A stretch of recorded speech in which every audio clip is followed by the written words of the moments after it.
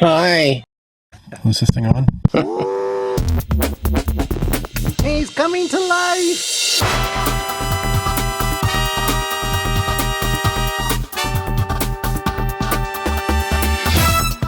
Oh, yeah.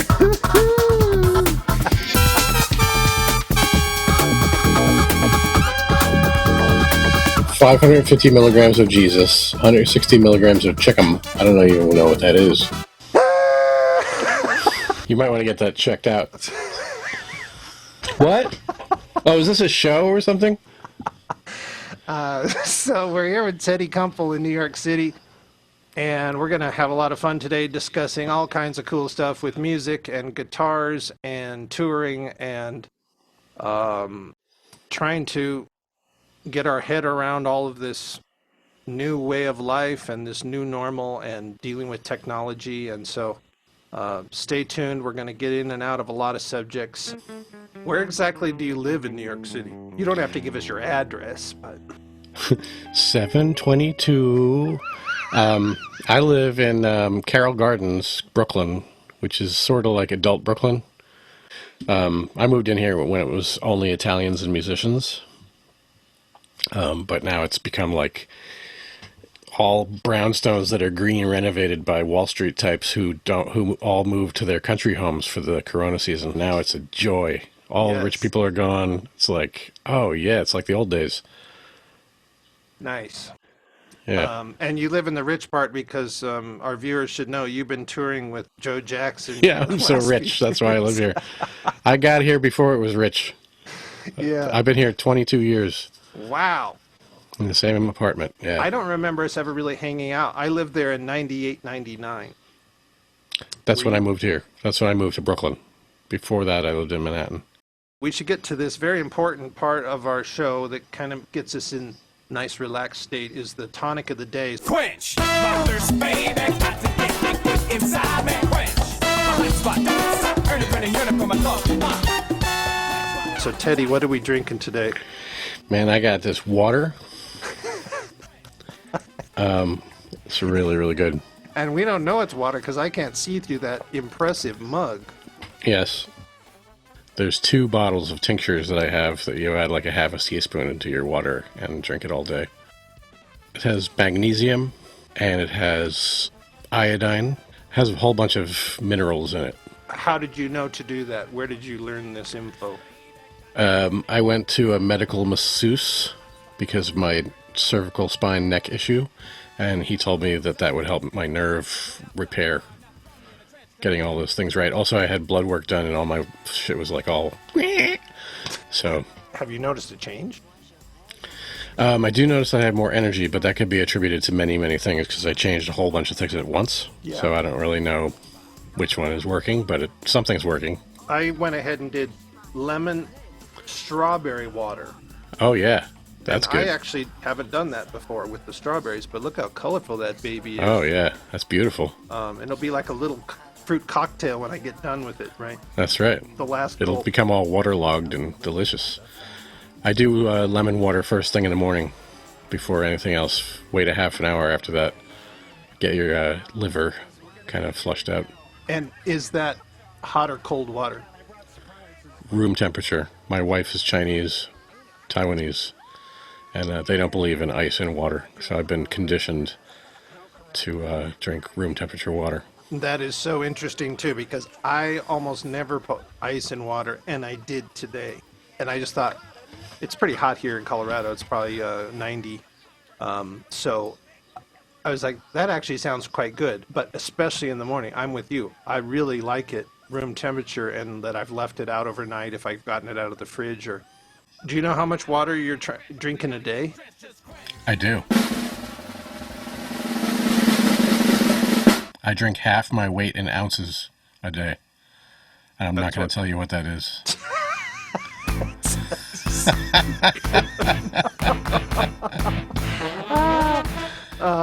Yeah, right. That's what I've heard too. So I'm trying to go for about a gallon. Yeah. And what's really interesting is this. Sometimes I really want to get precise, so then I'll get a gallon jug and just go out of that every day. That's the way to do it. Thing. And I also love. Did you know that Duke Ellington supposedly used to drink lemon water every morning too?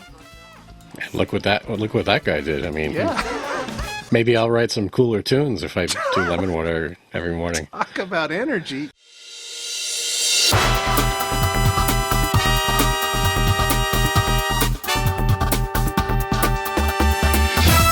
To me, you're such a courageous, curious improviser. You seem fearless.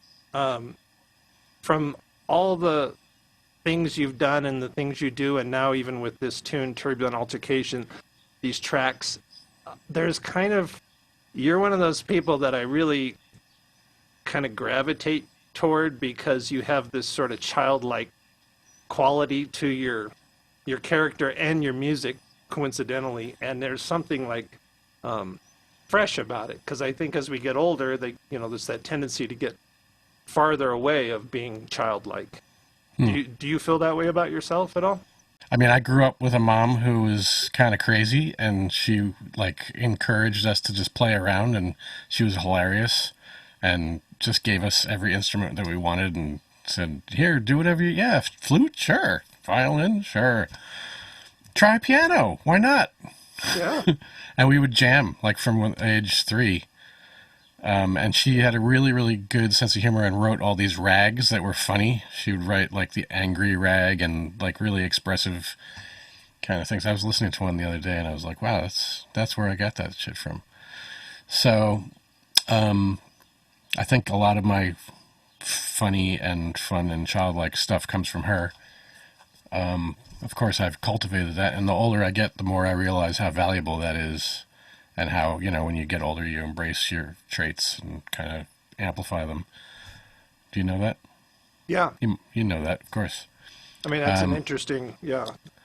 And then, but also at the same time, I'm more serious than I was when I was younger, I think, because I'm more serious about holding that stuff valuable, and realizing how real and how much of a life force that brings to whoever I come into contact with. That it reminds me of that awesome scene in Pursuit of Happiness with Will Smith and his son, who's playing his son in the movie, and him saying, "You have a dream, you got to protect it." Because people are going to try to rob that stuff. And so it almost sounds like what you're saying here is, I have these innocent, childlike kind of fun things, and the world can steal those away because there is a lot of darkness out there too, right? I don't believe that anymore. Although I did hear Dylan say that on an interview at 60 Minutes.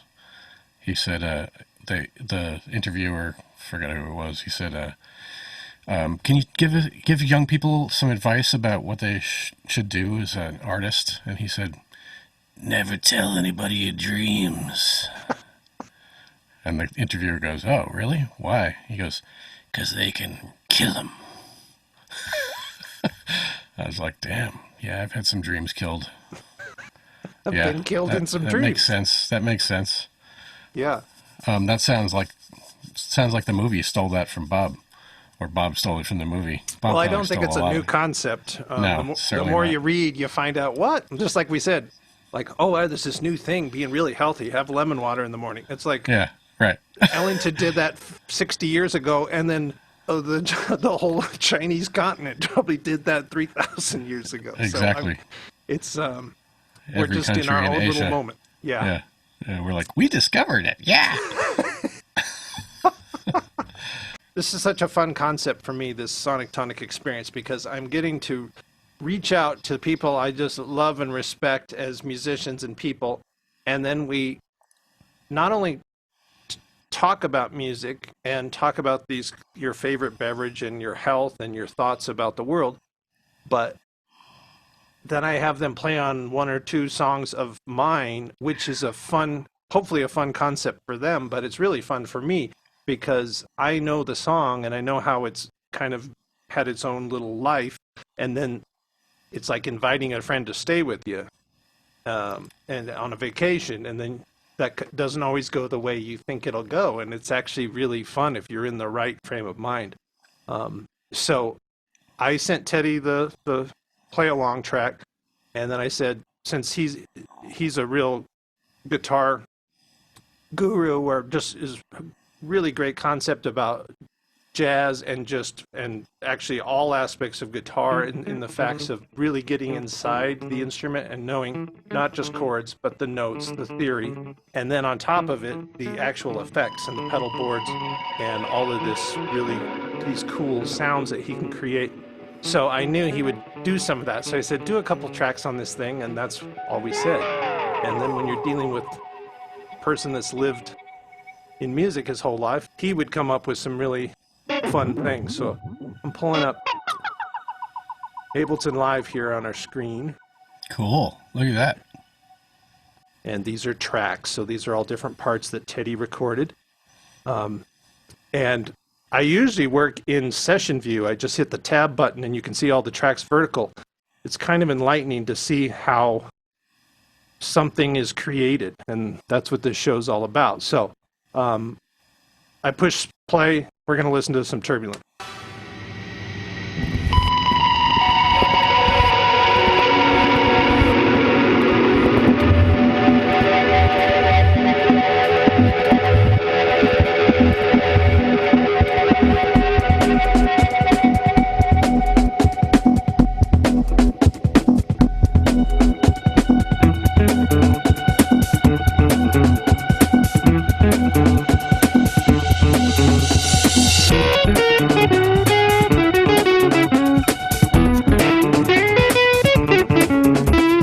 Stop it right there. There's already some... What were you thinking? You ruined my song. We got to start this interview over. I'm not going to include this. No. So one thing that I find a lot of people that aren't musicians, everyone seems to love music, but there's this rare category of people that play music. And then there's even a more rare category that do it for their whole life as a profession. And when someone like me is listening to someone like Teddy, and I show up at his gig, and I just go, oh, "Okay, that's what's going to happen," and then all of a sudden I'm smiling at something. People will go, "Wait, what? Why are you smiling? There's nothing going on," and it's because I'm listening through a different filter than maybe another person is listening. So, what do I hear here that makes me smile? Right away, as soon as this break happens, listen to this weird sound here.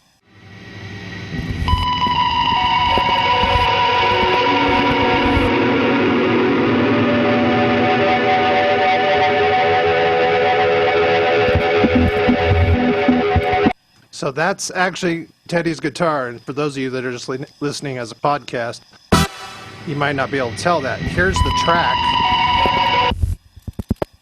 That's what I gave him. Kind of time sort of gets masked a little bit and is sort of weird, and he put that on it. So then that kind of fades out, and then I start hearing this.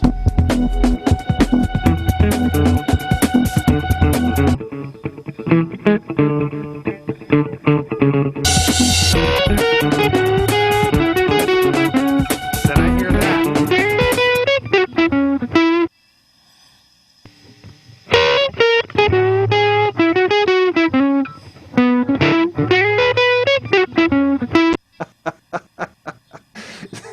That's just a little left of center. It's not really out harmonically, but... No, it's the most in thing you could possibly play harmonically. Which means what? Right? Major scale. Yes. Major scale. We're in E minor. But he's playing this happy major, relative major, over this badass, funky, yes, sharp 9 stuff. So I would expect some sort of like kind of what I always say, one of my common terms is badass. Leave it up to Teddy that has all that capability, but he doesn't do that. So this is exactly what I'm talking about, where you have this childlike and kind of comedy, funny thing and going, hey, check this out, Darren, stick this in your pipe and smoke it.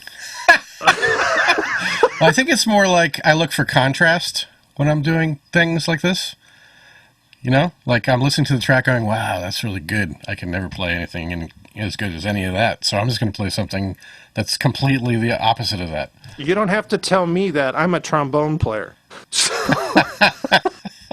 it's like some tenor players playing on, Never Be Another You. And I'm just Right. going, that's out of my...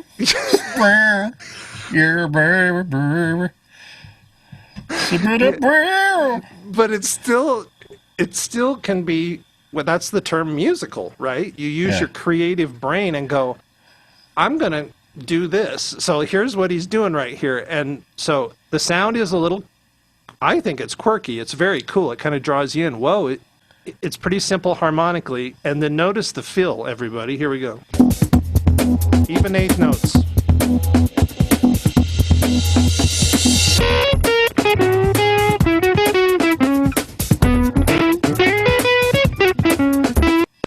If you're not paying attention deeply, you might not know that that's like a swing kind of little happy halftime fill compared to what the real groove is. So here's the groove. And then here's Teddy.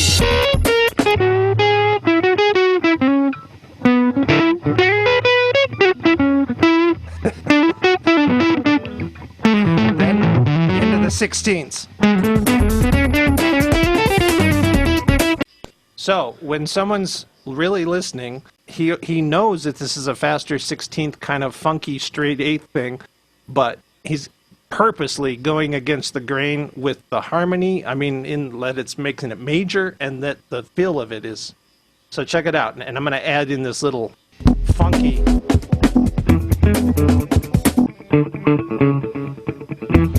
Different track. Now here's the solo.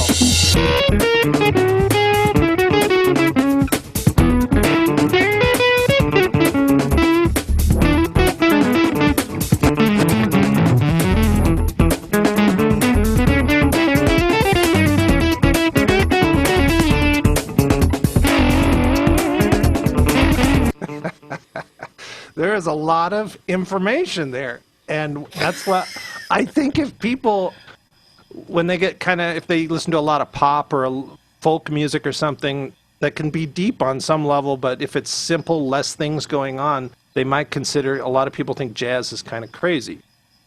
Why are you attracted to jazz, and why have you spent your life kind of in that world of improvisation? Are you asking me that? Yeah. Oh, I guess I'm the only other person here, so you have to be. I guess you must be asking me.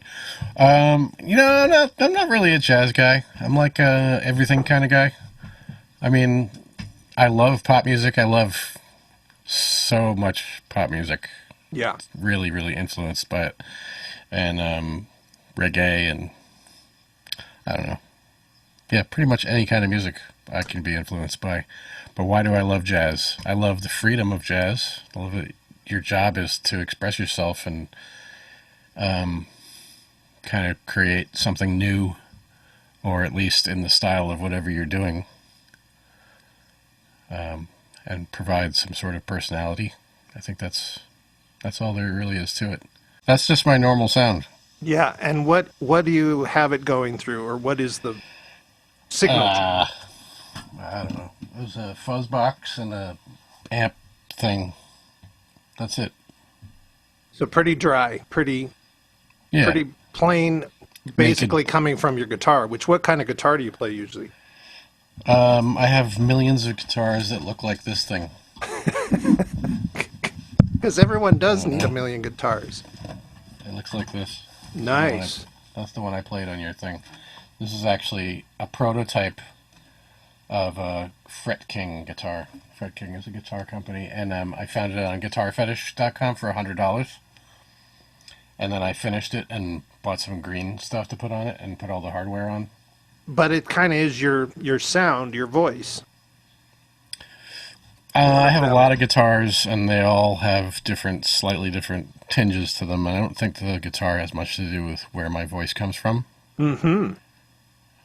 I think that that's just all fingers and whatever else. Fingers and personality, I guess. Like literally, someone could play that exact same guitar and they will sound different. Not just the vocabulary, the notes they're playing, but the actual tone that's coming out. The touch, the way you how much attack you play with, how much fluidity, how much, do you pick every note? Is it all legato? So many things. There's too many things to even get into, really. Yeah. But it's stuff that have you thought of most of that stuff throughout your whole life as a guitarist? I don't know. I don't think so. I think, of course I think about articulation. It's more like I follow my ear and let my ear tell me what to do pretty much all the time, as far as articulation, right? Like, I don't sit there and go, oh, maybe I'll play short here. I just hear it and then I do it. It's an automatic connection because I've been doing it for so long, so it's not like I got to think about it. At some point, I probably, when I was 19 or 20 or 21, I probably thought like, oh, I need to be able to play shorter notes, or I need to play legato notes, or Yeah. I know I spent a lot of time transcribing Frizzell and Schofield, who are both very legato, in my teens, so that formed a lot of my left-hand stuff, which is all where all legato stuff comes from. Not the picking. No, I never really got good at picking. I'm not a great right-hand guy. What's so funny is I know so many guitar players, and I love guitar. It's like so strange. I barely ever played it. And I find it quite difficult, and it hurts my little innocent, sensitive fingers. I never get past that three-week mark. Kind of like riding a bicycle. But so many great guitar players that can create really awesome music, and they appear to have a lot of technique and vocabulary, but they usually say, geez, I'm not very good. I never practiced technique. I do practice things that I can't do. What I was saying is that I'm not really like a fast-picking kind of guitar player, and I never was attracted to that kind of guitar playing, so I never investigated it. Yeah. But every once in a while I'll be on a session or something, and I'll be like, oh, that needs to go. And I can't do it. So I just fake it and figure out some way to make it sound like I'm doing that. And it's fine. So funny. Back when I was doing my first album in Vegas, and I had Brian Monroney, our mutual good friend, also from University of Miami. We were all there together. Brian is kind of a pinnacle element to my first couple of CDs and helped me show me the ropes with recording, and he played guitar on all the things and helped produce. When I had him playing, and then he's like, oh, that thing is too hard, man. You got to get someone else. And then I ended up getting Dan Warner when he was in town playing with Julio Iglesias, of all people. And so he's like, we got to save that bit for Dan Warner. And so he came in and, really nailed it with this acoustic guitar thing. And he's more of a technique guy. And God rest his soul. We're so sorry he departed this earth. Yeah, man. Sorely missed. Yeah. The last time I saw him was in Vegas when he invited me out to be part of the Latin Grammys with one of my favorite artists, Mark Anthony. So it was such a pleasure, him and Lee Levin, drummer, and be able to just make music. Jason Carter was playing trumpet. It's like a kind of a seen him in a bazillion years. Yeah. He's such a great guy. So I love Dan. I wasn't in school with him, but he's somebody I met like probably 15 years ago. He was in New York doing something, and he came to a gig that I was playing. We hooked up, and we became really fast friends. And then he would just call me like once every 6 months and go, hey, man, how's it going? I'd be like, wow. It's like we're actually friends. Yeah, he's such a gentle soul. And whenever I'd run into him at NAMM or any sort of musical thing, he was always in New York or LA, even though he was living in Miami. And he just kind of gets this smile on his face as I'm walking up. He thinks I'm some total goofball and I'm about to do something weird, which a lot of times at college I would do that. So. Right, yeah. People remember how you were then, right? Yeah, hard habits. But he was always just such a lighthearted, cool guy, but such a diligent musician. And if you don't know Dan Warner, go Google his name, man. He sort of ruled Miami, him and Lee Levin. Anything that was Latin pop going on was coming through Miami, and Dan was producing and recording on those albums. His list of discography is just so impressive, and Yeah. always doing something. So It's like the Nile Rodgers of Miami yeah, of the 90s. so it's so sad that now he's passed away last year, Yeah. and we wish his family the best. And it's neat. We're talking about him now. He had an impact on us, and you carry it See? on. Yep.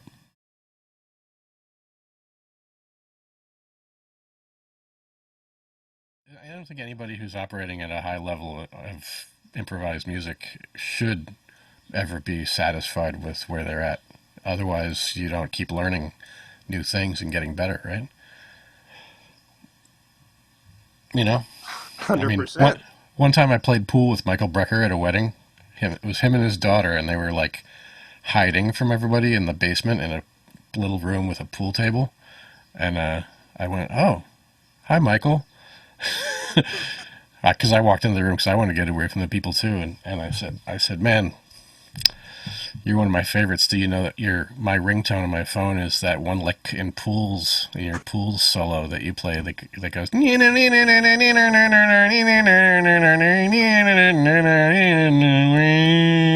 Hello? And he laughed.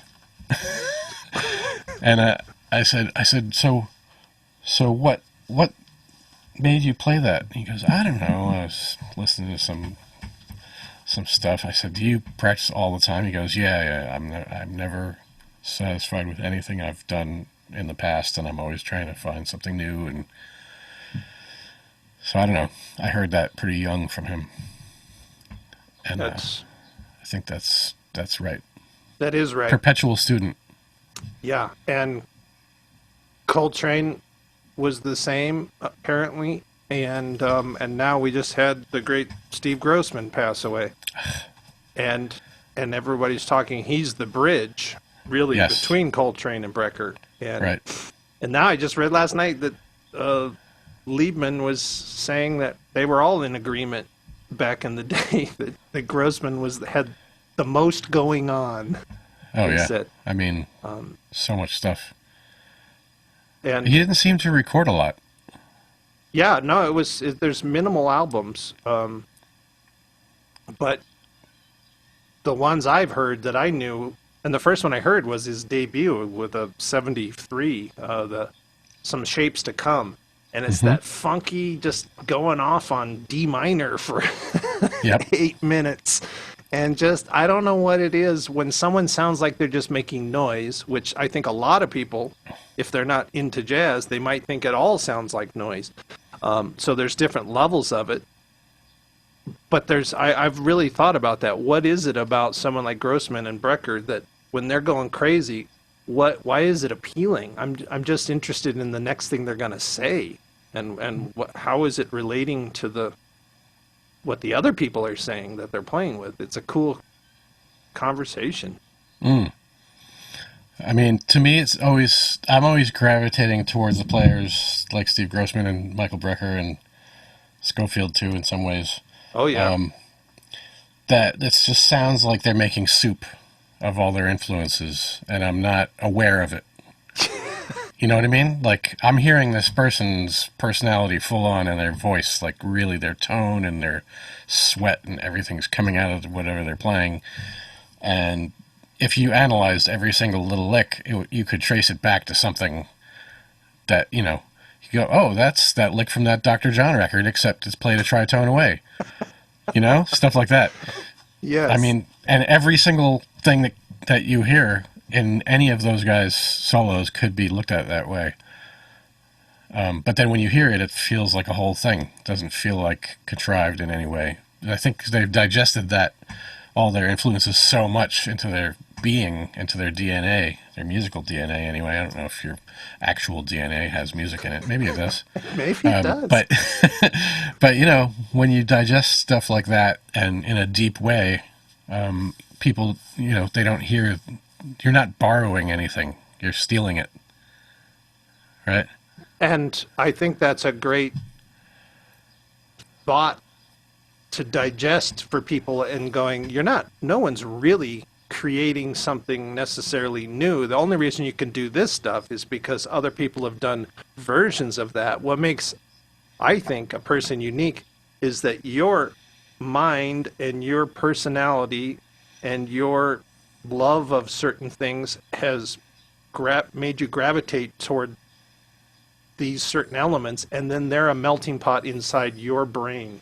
Exactly. And everybody's different because of their upbringing, and there are so many different things happening in your life to make you who you are, that we could all listen to the exact same things and put them in the same solo and all sound totally different, right? And physicality, even just like your fingers, how they work. Like your fingers long or short. Steve Vai sounds how he does, partly because his fingers are twice as long as mine.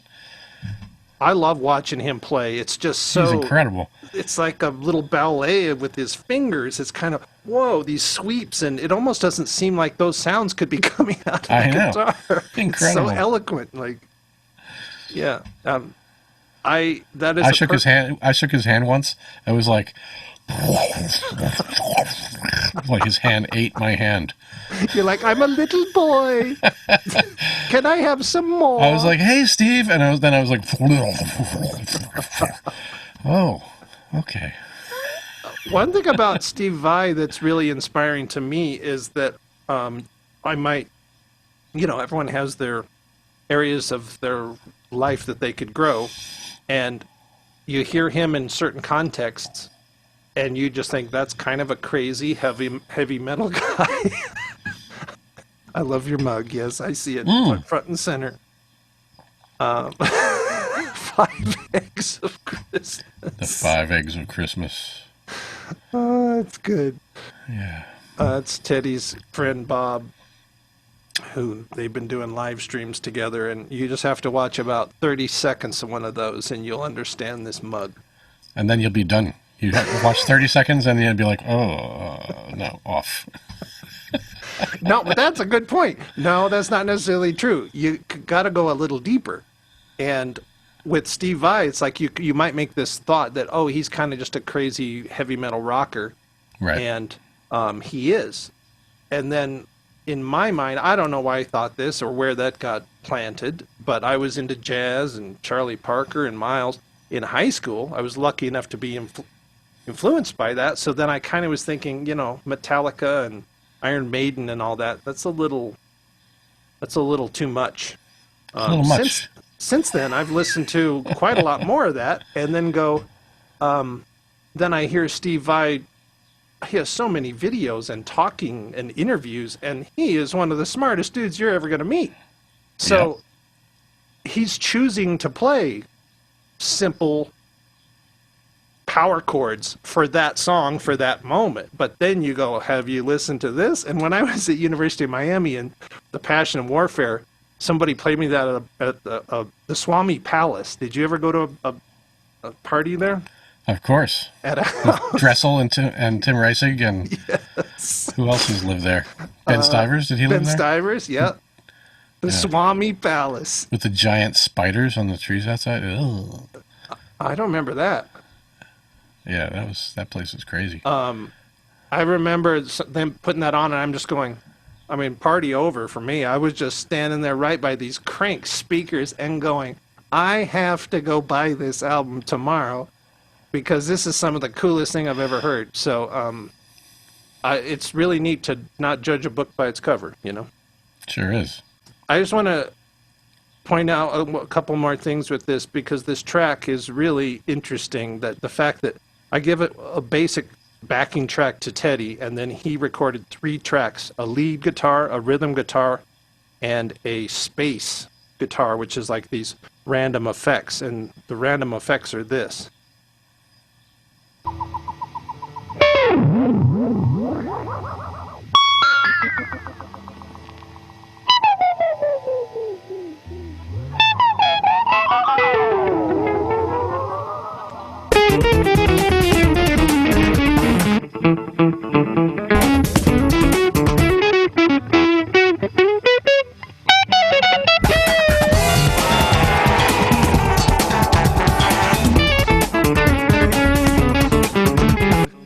Now, Teddy, you didn't record any of these, and were you hearing the other parts while you were doing it?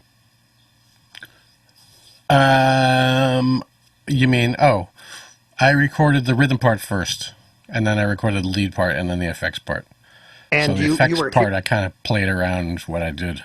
you were hearing it while you were performing. Yeah. The And next- anytime the horns came in, I was like, there's not much I can do in there, so I'm going to leave that part alone and have it be a conversation between when the horns come in and when my stuff And that's comes in. these spaces. And here's this interesting thing. I wrote the tune, I made the backing track, then I give it to Teddy, and he gets to do whatever he wants. And you let him be creative. I didn't really give him much guidance. And then I just said maybe do a couple of different tracks. So that's You what did he say I should play a C sharp on downbeat of bar 23, though. But I know you're still rusty. You really don't know where C sharp is on the It's guitar. true, yeah. It's true. So I'm not going to put that Heavy kind of pressure. sarcasm. So right here, getting it back to me as a producer, then I hear this, and this is a little busy to me.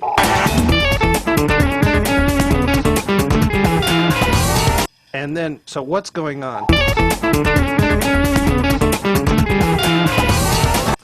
You listen to something enough times, it does start to make more sense. So that is a very cool thing about bebop and more advanced jazz, is it might sound like noise, but you start understanding the language. Let's do one more time.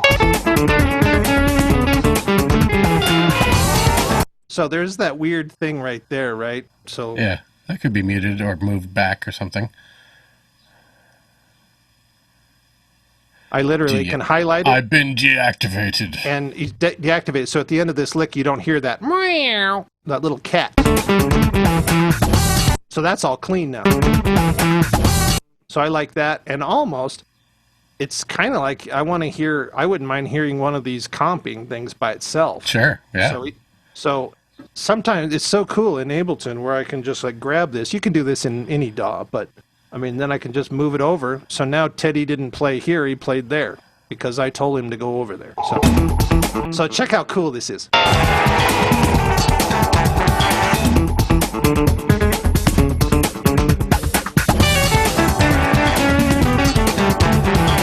And now that's kind of busy because the trombones come back in there. And now here's one thing that is really kind of fun is you can make these things move around and pan them. So none of this stuff is panned. So if I move stuff to the side and everything, you can notice them a little better. So listen to these quirky sounds, this sound effect. It's now on our right ear.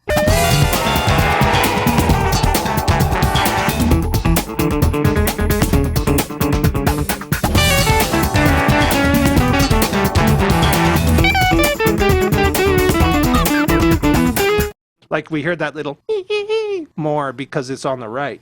So this is what producing and engineering is all about. You can kind of like, you have the raw ingredients and then you can even have some more fun with it. What do you think about this process? If you've done a lot of this over the years, Teddy, what part do you like best out of this whole process, or is there? I do enjoy panning.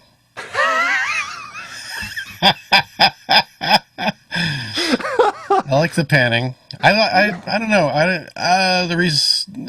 The process for me is always about finding the right tools, plugin wise and hardware wise. Like what do I want it to sound like, and trying to imagine that, and then trying to figure out what tool will make it sound like my head wants it to sound.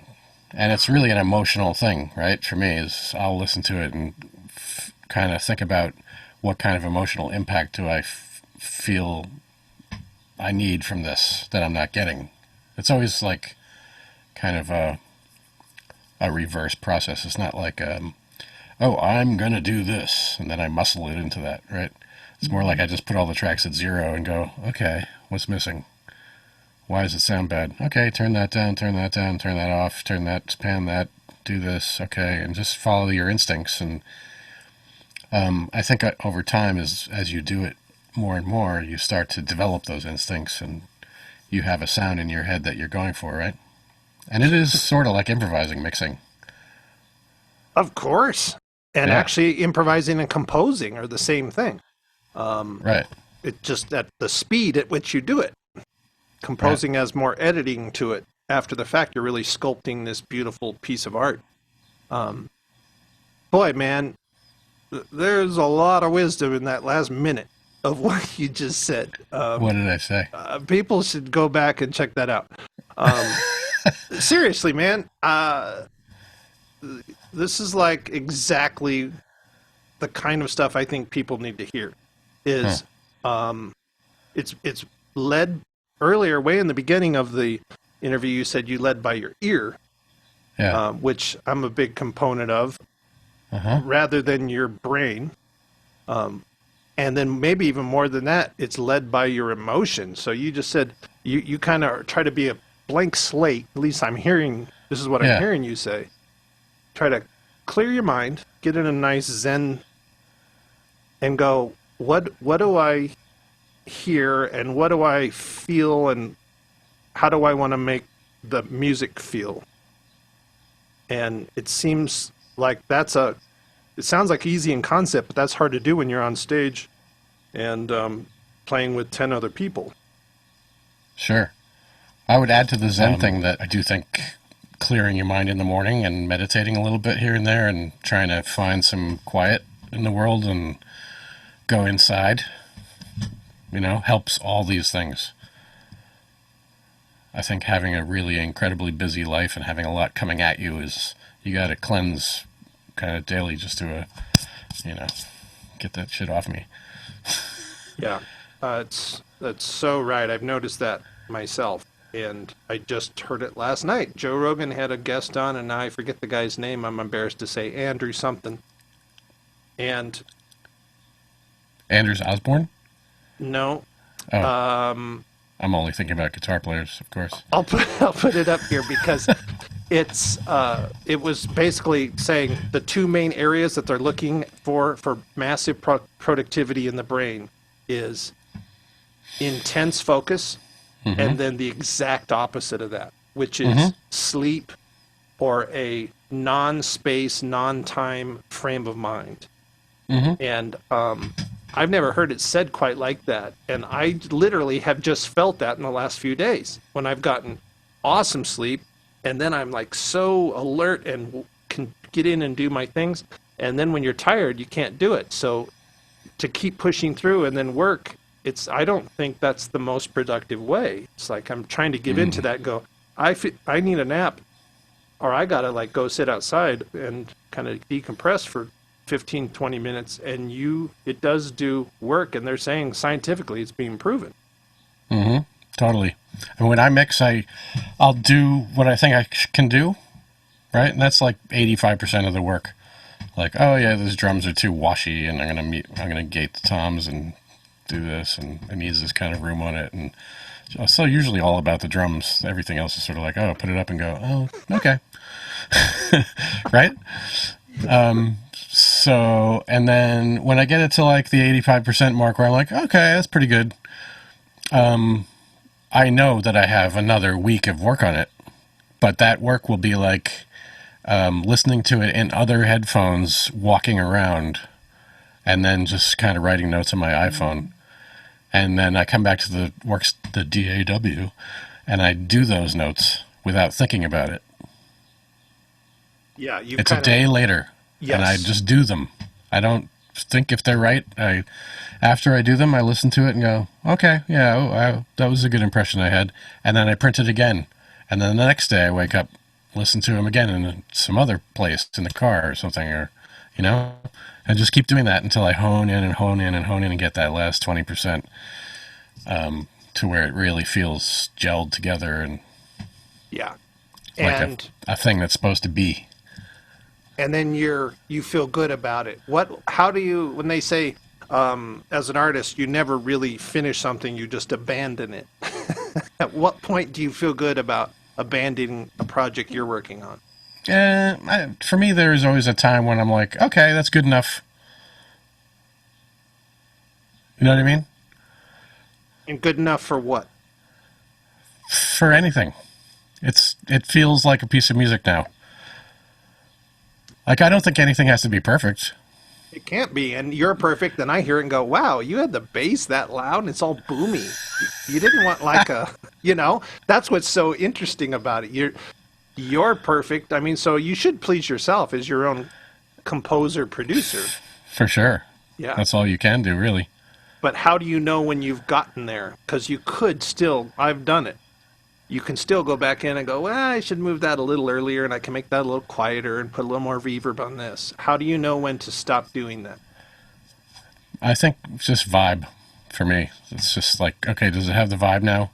Oh, that thing's sticking out a little too much. Okay, let's turn that down. Okay, next day. Vibe now? Right, I mean, the first, like I said, the first 80-85% is a big, that's a day of work. A full 8 hours, maybe a day and a half of work. Buckling down and, putting it into shape. Yeah. Letting it tell you, though, not you muscling it. Letting it tell you what shape it wants to be in. The song and the music will always tell you where it wants to go. Wise words. Teddy Kumpel here, New York City. That's good, man. And the fact that it's kind of a thing where you, when in doubt, it sounds like you go back to your number one thing on the checklist and go, does this have the emotional content that I was maybe envisioning, but also maybe what it has now blossomed into, and is this its own entity now, and it's good enough. Good enough is pretty good. Yeah. Good enough is as good as it gets to me. Man, now I gotta write a whole nother song. There's another song title. It's never gonna be perfect. What does that even mean? That's fucked up. Perfect. That is fucked up. I'm embracing that. I've gone through a transformation. So when I mentioned that Teddy has a real lighthearted, humorous side to himself. Oh, you like this end thing I did? As soon I was like, oh, it's raining outside. As soon as what should I do? This track in, and I saw that there was stuff there. I know that this, let me zoom out. I can see that this is the end of the song. And on the end of Turbulent Altercation, I used this thunder and rainstorm. Which, by the way, I love this song, especially because it led me to meeting Michael Brecker in New York City at the Blue Note. When I handed it to him, and I was like, do you mind if taking a listen to this? I think you'll really dig it. And I said, Gary Grant and Jerry Hay are on it. And he took it, and then he actually listened to it. And he called me the next morning. I'm living in New York City. And I jump out of bed and said, what are you doing? He's like, I don't sleep that much, speaking of which. Yeah, and he's like, man, what about this tune? I've listened to it like 20 times. And I go, are you serious? And he was just so curious about the pyramids and the crazy development at the end of the song. Yeah, it's really cool what you did. So then I've kind of reworked it and put some more electronic stuff on it as this remix in the last couple years. But I've kept this rain thing at the end. It's kind of neat. So just listen to this. I'm going to peel him back. So here's how the track is. And then it's just this long decrescendo with a rainstorm. But then I see that Teddy recorded some stuff in here, and I was going, what is that? So here we go.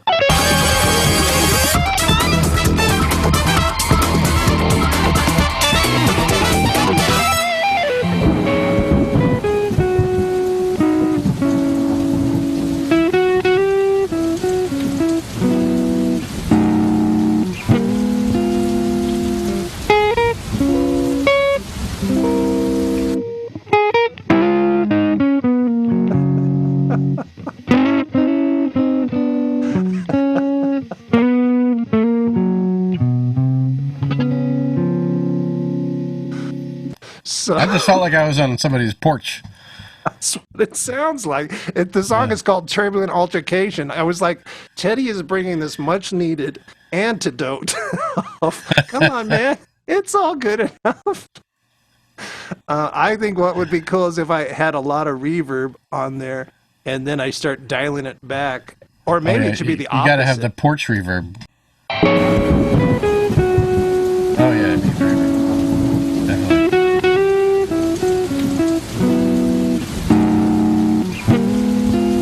I would put it really low, too. Like, turn it way, way down. It was like this background guy sitting on his porch. I love that. And it could be movie that's fading out. Yeah. You're walking away. You're like, I don't need you anymore.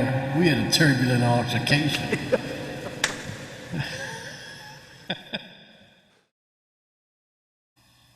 So, Teddy, Yo. how will people find your recordings and stuff you've been putting out in the world for the last couple decades? TeddyKumpel.com. Makes sense. Yes, sir. Or TeddyKumpel.bandcamp.com. Or I think it's, I can't remember. Is it TeddyKumpel/bandcamp.com? So you'll see it on the screen here then. So you've been a freelance professional guitarist your whole life? I had one job in high school washing dishes. And I realized that I better practice a lot more if I want to stay out of that. It was a summer job. Oh, also, I sold cookware after my senior year of high school. Between senior year of high school and going to UM, I sold cookware, really nice cookware, and I was terrible at it. I was like the worst salesman on the planet. I'd knock on the door and be like, I have cookware for... and goon. One time, I was selling the cookware, and I knocked on a door, and this very nice Indian woman answered the door. She was probably about how old I am now, 50s, something like that. And she looks at me and she goes, oh, why don't you come in?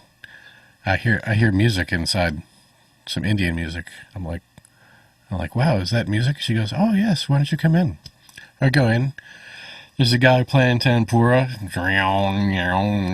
guy playing sitar. Somebody was playing some kind of, I don't know if it was violin or something bowed. I can't remember. But there was maybe 4 musicians sitting there, cross-legged on the floor playing. In person? And, yes, like a live band? And there was like the family gathered around, maybe like 10 other people in the room who were just listening. And she brought me in, and everybody was really quiet listening to the music, but they were really joyful. And she says, stay here as long as you'd like. I stayed there for like 5 hours, and they just kept jamming and jamming and jamming and jamming. And I fell in love with Indian music. So thank God for that job. What an awesome story. And you didn't play. I didn't play. I was just like this the whole time. 18-year-old kid just never heard Indian music before, you know. Maybe on a Beatles record I heard a sitar, but that's about it. I love ethnic music like that. It's just so different. The tonal quality and the scales, the vocabulary they use, it's just all a left turn. And it's neat to kind of relate that to your own musical knowledge and kind of find the similarities, but then appreciate the differences, which is a great life lesson, right? Isn't it? Yeah. The meaning of each note, like, I don't know how else to explain that. You know, when you're first learning all the notes, you know, I mean, I'll put it this way. I knew all 12 notes. I went to University of Miami for a semester, and I was like, wow, this is a drag. I have to take English. I have to take history. I have to take computers. I'm not sticking around for this. I'm going to go home and study in the city and learn some other stuff, right? So after my first year of school in Miami, I blew it off. I went back to Long Island, lived at my parents' house, and I studied with Steve Kahn and got a bunch of gigs and like studied with Dean Brown and Steve Kahn and went to see Mike Stern all the time and just did whatever people do. And Steve Kahn told me, he said, one thing I want you to do is just make a drone somehow. We had delays back then that would loop a note, right? So I had like a Digitech 8-second delay that would just go wah, and I'd put a root in there, probably an E because I'm a guitar player. And I'd start playing, just find a note, play C over the E, and just really like feel that vibration of those two notes together. And he wanted me to define emotionally what each note meant over that root to myself, to make a real connection. to every single note. Yeah. This is in a private lesson? Yes. I thought that was... I think he probably looked at me and went, wow, this kid's a bit of a show-off, and he needs to learn how to really, get deep into things instead of, like, grazing the surface with a bunch of chops. I think that's probably what happened. And he thought that would be a good exercise for me to do. And I still do that. Like, I'll just put a loop on and start improvising and kind of hang on things longer than I normally would and feel what they feel like. That's so right on. And do you find you have more enjoyment? Oh, yeah. When you're connected like that, that's everything. How about this one? Here's a good lesson. I tell this to my students all the time. Sometimes students will come in and they'll go, yeah, when I'm playing over this, I feel like I'm stuck in the blues scale. I'll go, blues scale? What is that exactly? And they'll go, oh, it's... Right? I'm like, so it's a minor pentatonic scale with a flat 5 in it? That's a blues scale? Yeah. I'll go, well, how come I can play a major third over blues and it sounds great? Isn't that part of the blues scale? How come I can play the 4th and that sounds great? Can't I put that in the blues scale? How come I can play the 6th and it sounds great? Can that be part of the blues scale? How come I can bend between the 4th and 5th and find like 20 different notes? Aren't those all part of the blues scale? Tell me again, what's a blues scale? Like, let's really discuss this. This is a serious issue. It really is. And it levels the playing field so then there's no boundaries. Yeah. But at the same time, it breaks down the walls. There's no walls, but then when you're but it also kind of suggests that you should enjoy the moment, and you happen to be on that weird major third or on the minor third. Are you between the cracks there? And I love that about trombone. That's very similar, right, to bending strings on a guitar or a bass, and it's really neat to kind of get in there and kind of, but you have to be mindful about it and kind of go, this is enough right now, instead of it being, let me get onto this really hip shit. Exactly. Because that's the meaning that I've put on it, right? Yeah. This other stuff, I want to play like a Steve Grossman lick. But Steve Grossman licks most likely came out naturally.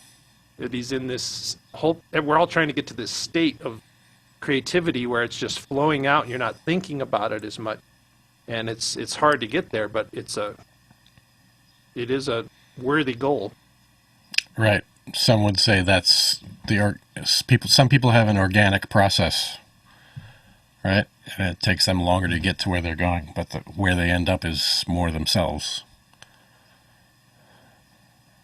Did you find that then you first went to school and you said you knew the 12 notes, and then you left and discovered that, well, maybe I'm not going deep enough on the 12 notes, and then you went back to school, and what happened?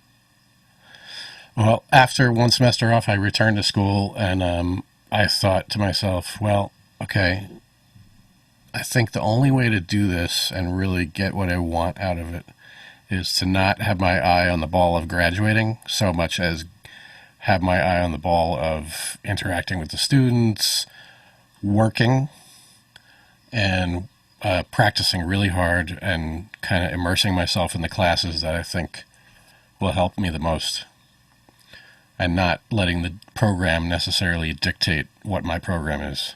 Because I felt like, if I'm aiming for the, what do I want to do when I get out? And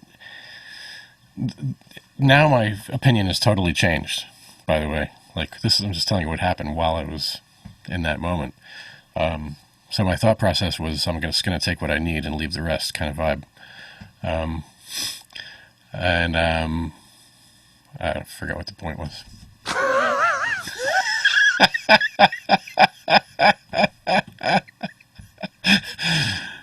It's good you don't drink anymore. I never really did. Oh, you didn't? No, I never stopped drinking. I still have a beer once in a while. You never started. Yeah. And so, but somehow you shifted your focus, and then you were at school and going, well, actually, this place is awesome. Look at these other students. They have What so much to present. I think I didn't mean to poop on the school. I thought the school was awesome the first year. I mean, it was incredible what was going on there. It's just a fertile place to be and learn music. I just didn't feel like I knew what I wanted to do and that I really could get the most out of it if I followed the script. You know what I mean? Yeah. Yeah. So And by leaving, you think you got more of a, I got perspective of what it would be like to do the other way of doing it, which is just stay in New York City and study with a bunch of private teachers and go that route. And so, and it was enlightening because I realized, okay, like working while you're studying is actually important, and finding out like what happens in the real world while you're trying to absorb all this information is actually equally important. Even playing weddings or whatever I was doing, I was doing any kind of gig I could get my hands on just to make a little money, right? Singer-songwriters, blues, whatever. yeah. So when I went back to Miami, I just said yes to everything. I was like, oh yeah, top 40 gig, 6 nights a week, 6 sets a night for $300. Sure. That sounds great. I would love to leave school at 7 o'clock and come home at 2 in the morning and Get up and go do it all again. Yeah. yeah. I did Latin gigs till. I did one time a little segment of 5 nights a week, 11 to 10 to 4, and then Friday, Saturday was 11 to 5. 11 p.m. to 5 a.m. Loud, crazy salsa, 4 brass Amazing. players, and we're the only white guys there, right? It's just the gringo horn section, and everyone else is like full-on Puerto Yeah. Rican and Cuban, and it was just so great to be immersed in Oh, it. man. But it gives you that perspective of. I think that's why schools maybe have a bad rap, because a lot of people, you're kind of in this little cocoon, which can be good, but it's also to try to keep your perspective. Is what is the point of Yep. learning this stuff? And then when you go out and do a gig that night, you go, oh, this is the point. And maybe just playing only the blues scale notes aren't where it's at. You know, that's not what this song called for. Blues scale is not that good on salsa, you know. Yeah. Don't do I that. mean, that's too why much. all those horn players in Miami are so amazing, playing Latin gigs every night. Wow. I've never heard horn players come out of a school that all have that kind of rhythm. There was really, horns had rhythm that was undeniable for real, you know? I mean, That is so true. It's so percussive yeah. and particular with da da da ba da bop. Yeah, instead of big band is certainly rhythmic too and tight, but swing and salsa, and I've seen it firsthand. Oh, we need a sub. I know a great trumpet player, but the trumpet player says, "Oh, I haven't played salsa." Oh no, you'll be cool. And they're so good in the big band, and then they come on this gig, and it's just like a disaster. Mm-hmm. But then they get infected by it and go, oh, well, I want to learn more of that because there's something about it that's really kind of addictive, you know? Yeah, man. Yeah, I mean, I was rhythm's playing Prince, Madonna, and Police, and whatever else was famous between 1983 and 1988 every night. It's famous. And then you were in CJB, Concert Jazz Band? I was in CJB for 2 semesters. Yeah, Yeah. And towards the end of my run. yes, and that's when I got there, and I was just like, man, this band is unique. This is what I want to be around. And I remember that rhythm section just being so burning. Jonathan and the Ordas. Yes, and the Ordas, who later than Nicky Orda is on my first CD. He's on Turbulent Altercation. Oh, he is. Wow. Because he was touring with Dan and Lee with Julio Iglesias. Wow. And that tune was so funny. They were all kind of giving me a hard time because they're like, what? Yeah, we want to do something today and record, but man, we're playing like Latin pop ballads. And I should give them the music for Turbulent. It's like all these hits. But they're troopers, man. It's that level of skill that Miami and North Texas and Berkeley, all those schools kind of churn out. it attracts a certain type of musician, and it's neat to be part of it, you know? Yeah. I have to call out Whit because, man, what a badass dude, really. I mean, he played baritone sax on Destively Bonnaroo by Dr. John. Did you know that? He played on, No. he was in the horn section playing for Alain Toussaint on a bunch of records. I listened to that all the time for like the last 25 years. I never knew it was him. And then I read the credits. I was like, what? He was. You got to listen to that record. Okay, It's I'm gonna go check it out. Yeah, so amazing. he's on. For those of you who don't know, it's Whit Seidner. He was the head of the jazz department at University of Miami for years, and he's in this horn section on most of the Bee Gees stuff, Casey and the Sunshine Band, and then a whole slew. Miami was kind of an it spot in the 70s, as well as New York and LA, and so Whit was part of that. And as I show up as a little freshman, you know, it's like you just go on, this guy's in charge of the top band, and he sort of wanders around. You see him checking things out, and then you realize, man, there's a real mastermind thing kind of going on of how to cultivate all the groups and put people where they need to be. And I'm so grateful to have been around all of that. And then I was in an improv class. Did you do improv with Whit? My improv class with Whit was the best improv class I ever had. It was so practical, right? Yes. I always felt like everything he's telling us is not like how to sound like the coolest guy in the room. It's how to get over on the gig kind of stuff, you know? Oh, yeah, when you see that chord, you can do this or this or the, you know, there's a few things you can do to navigate that change that people often have trouble with coming from this other background. You know what I mean? Yes. Like probably for you, you were more of a bebop guy, but for me, being more of a rock kind of strange, avant-garde, funky, whatever, you know, having his sort of practical, sort of 1 foot in bebop guidance was helpful for me. You know? And you know what he stressed, though, and he would play the piano and play these voicings, and we're going through Stella by Starlight and playing it chord by chord and having to play melodic minor over it. And I just remember, and I already knew a bit about voicings and stuff in high school, and it was just, then I got there, it's like I had these nice tools to then understand everything that they were showing me. Yeah. And then I'd blow off the next class, always after improv. I wasn't planning on doing that, but I'd be so excited about, what is that? Phrygian Natural 6? I want to play that. And then put it in a couple different chord progressions, and just I started experimenting. It's like it took you over, and I go, I guess I know what I love, you know? It's harmony. Yeah, Yeah. right. Yeah, Whit was great. And the other thing about I was lucky to be in CJB, I think, 3 semesters toward the end too. That's kind of how it worked, right? The strictness of time, blend, and the releases of the phrases, which in some ways has been very interesting for me. It really shaped the way I like to play and the kind of groups. And then all my CDs, I think, reflect that, a real tightness. And I think most of my career seems to be, it's hard to find that level of perfection and clarity. And I think for sure the LA guys that record, and Jerry Hay, I'm actually speaking with Jerry Hay today, right after we get off of this interview.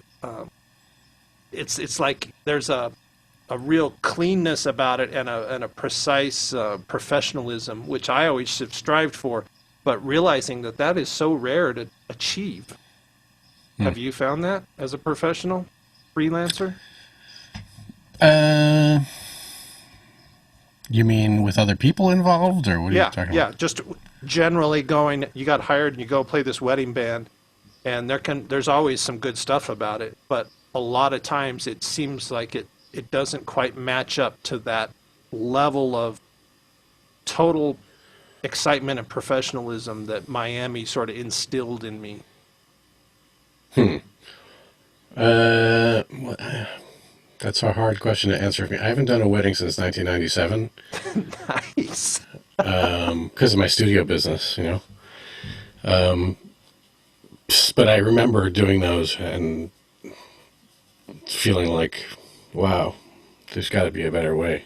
Yeah.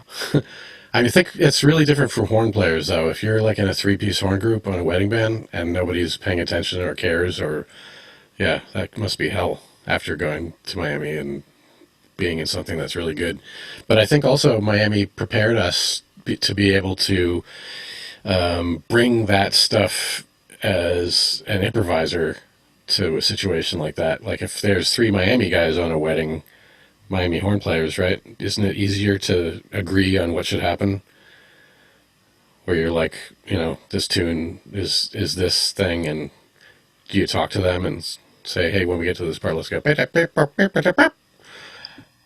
Well, You there's might, a lot of understated and sort of you just know what to do. So it's that right, level of, if you've done something a long time. So there is a brotherhood there of yeah, going, oh, you went to North Texas. Oh, you went to, any number of great schools, Manhattan. It's like, that right. it's going to be quite good. And there's just this blend that happens, and there's a fun thing with horns. You have to play together, and you have to cut off together. If it's going to sound, in my opinion, if it's going to sound great, Right. rather than this sort of lackadaisical, sort of limp-wristed thing. It's And like does somebody become the designated cutter offer? a lot of times it's me because they sometimes they aren't thinking that or something, right? It's Right. coming through my filter. And so in some ways it's very interesting to ascend and be around like really high level stuff, but then it the higher you get, the more disappointment that can be there, right? That finding your little happy place is harder because there's a more of so I don't want to say elite, but just another level, right? It's like I elite. think it's very different for horn players than guitar players because we're sort of looked at like, you know, if in a rhythmic kind of band, we're looked at like a percussionist, basically, right? You know, that's our job. And in a singer-songwriter band, we're ambient rock, you know, big open things, and so as long as you know that those roles, it's just you know, I'm only one guy. I don't have to check with somebody else on what to do, Yeah, so you're not going right? bop it beat up and playing Yeah, tight. there's no figures On the for other me. hand, you're if you have a lame bass player, doesn't that make your night real less exciting Oh, for sure. and Yeah. enjoyable? So Yes. it's not you have Nicky Orta and Jonathan Dressel sitting next to you. You have a smile on your You're face. gonna be all right. You're going to be all right. So it doesn't matter who you hang with, right? Sure. Yeah. Tell us a little bit about this, how it is touring with Joe Jackson, who had the great hits in the 80s, and now he's kind of reworked some of his songs, and then they've been out touring, and I was lucky enough to see it when you were here in Denver a few years ago. And how has that whole experience been?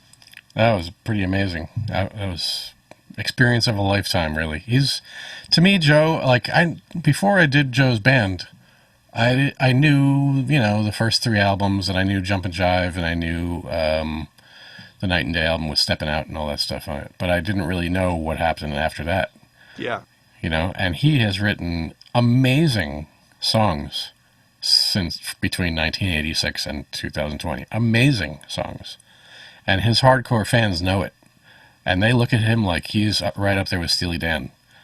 You know, he's not like Steely Dan in that he only did that one thing that Steely Dan, you know, Steely Dan kind of created a body of work and then just tour after it and keep doing those songs that the fans love, right? But Joe keeps writing things and tries to push the audience into new situations. And I have so much respect for him, man. He's really a genius. Just a great all-around musician and guy and experience. That's amazing. That's what you're in music for, is to interact with people like that and just make great music, right? Yeah, gig of a lifetime. Definitely. And you're just in standby mode right now, or what's the scene? Well, I did my first tour with him was between 2015 and 2018. That was the Fast Forward tour, which I think you saw.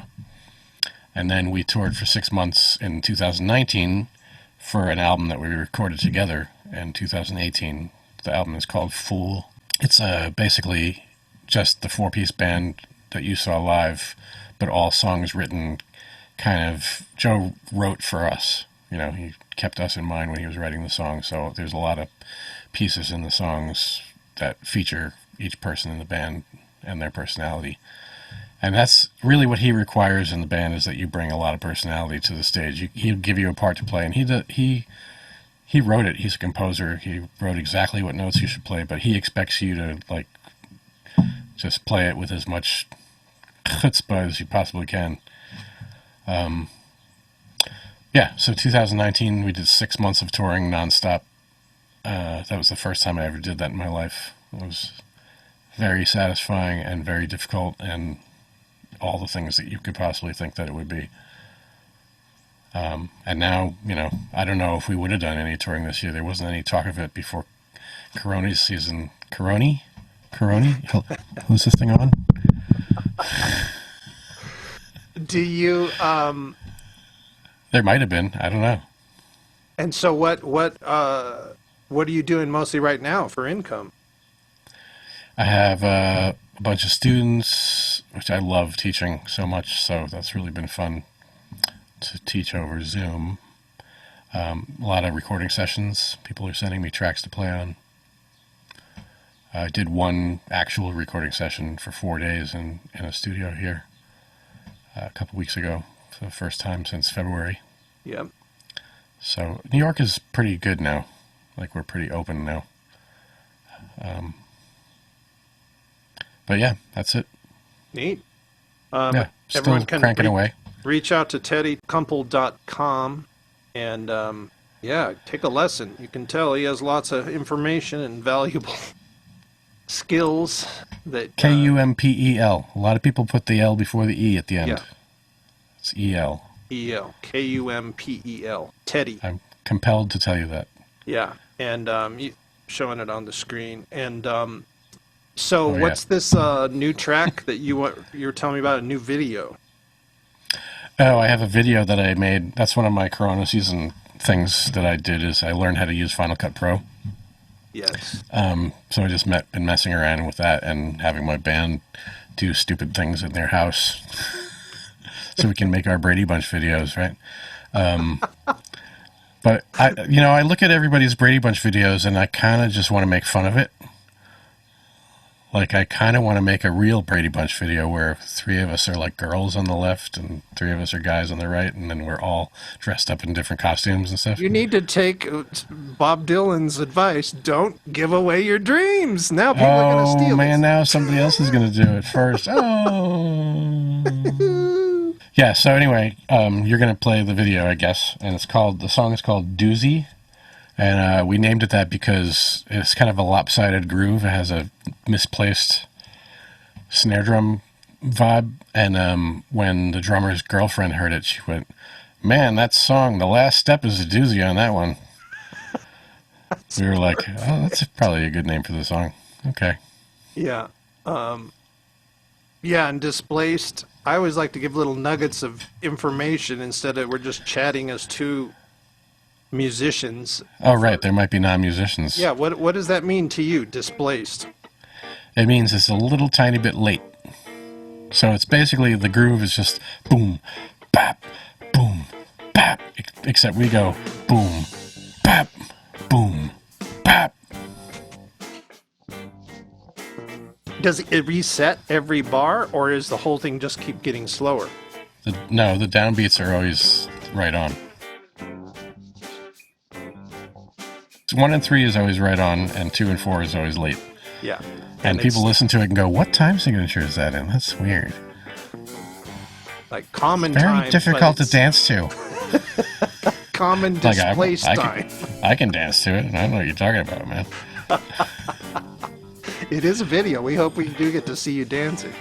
Oh, you'll see me dancing, all right.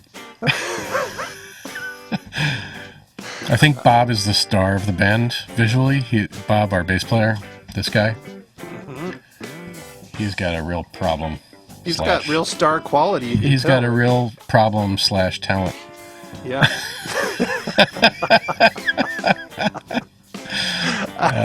Yeah.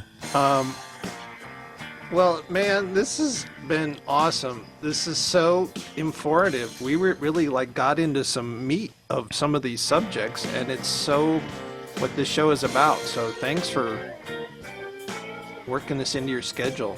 Oh, man. Appreciate it. Thanks for having me on. It was really fun, and I love the show. I watch it a lot, and I love your music, and I love what you do, and your Ableton chops, and your whole personality, and everything, every part of it.